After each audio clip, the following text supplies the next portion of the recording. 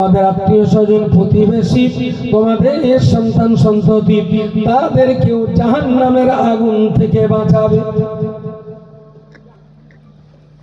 ইসলাম স্বার্থপরতার ধর্ম না, ইসলাম আত্মকেন্দ্রিকতার ধর্ম না, ইসলাম একা জান্নাতে যাওয়ার ধর্ম নয়, ইসলাম সামাজিক ধর্ম। ইসলাম গোষ্ঠীগত দলবদ্ধ একটা জাতি কওম বা সমাজের ধর্ম। তো জান্নাতে একা গেলে হবে না, ছেলে মেয়ে বিবি বাচ্চা বাপ মা পাড়া প্রতিবেশী সবাইকে নিয়ে দলে দলে জান্নাতে যেতে হবে।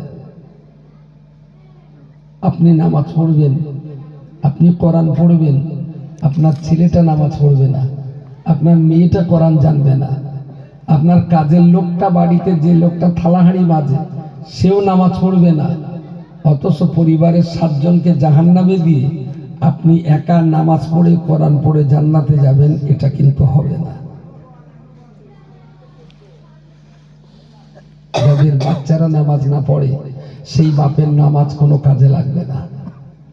এখন দেখুন, আপনিও ছেড়ে দেবেন না বাচ্চাটাকে পড়াবেন? কত মনে করেন মাতিন তো বললো ছেলে পিলে নামাজ না পড়ালে আমারও কপালে আগুন আছে, তা সে যদি আগুন থেকেই থাকে তাহলে আরে ফেদা পড়ে লাগবে।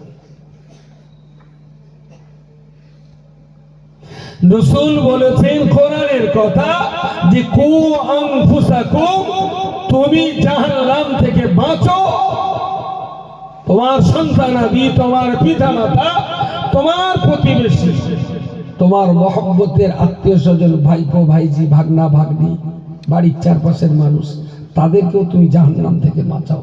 এর জন্য আমাদের হাতে কি প্ল্যান আছে, কি প্রজেক্ট আছে?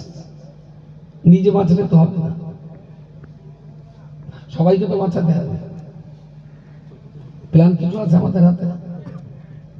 আমাদের হাতে প্ল্যান একটাই আছে, ধর্ম